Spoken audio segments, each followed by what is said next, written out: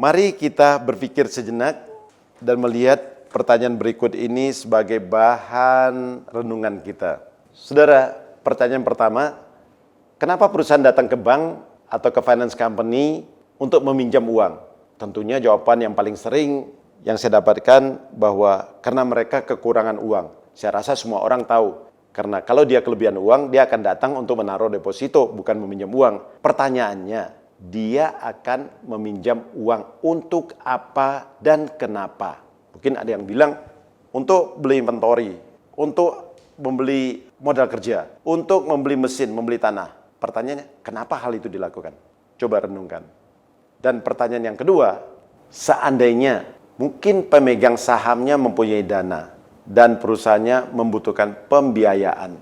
Katakanlah perusahaan membutuhkan pembiayaan 10 miliar, padahal kita tahu pemegang sahamnya mempunyai deposito 15 miliar. Kenapa perusahaan masih datang ke bank meminjam 10 miliar dan kadang-kadang malah dana deposito tadi dijadikan jaminan sehingga timbul yang kita katakan atau kita dengar dengan istilah back to back loan.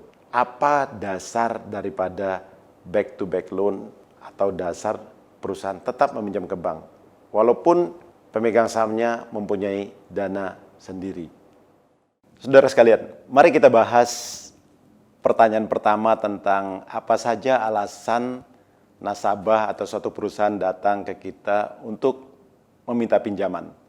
Tentunya jawaban yang paling klasik dikatakan bahwa karena nasabah kekurangan uang. Sudah pasti, karena kalau nasabah tidak kekurangan uang, tidak mungkin dia akan datang ke kita untuk meminjam uang. Masalahnya atau intinya, kenapa dia datang ke bank kita untuk meminjam uang dengan tujuan apa? Itu yang penting kita gali di sini.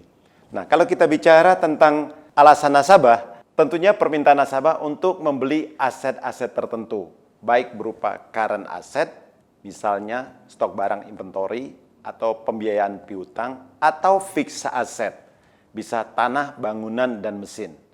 Pertanyaannya, apa alasan nasabah untuk membeli inventory lebih banyak atau aset-aset tadi yang lebih banyak? Toh perusahaan sudah ada dan sudah jalan sekarang. Jawaban klasiknya adalah karena timbulnya ekspansi.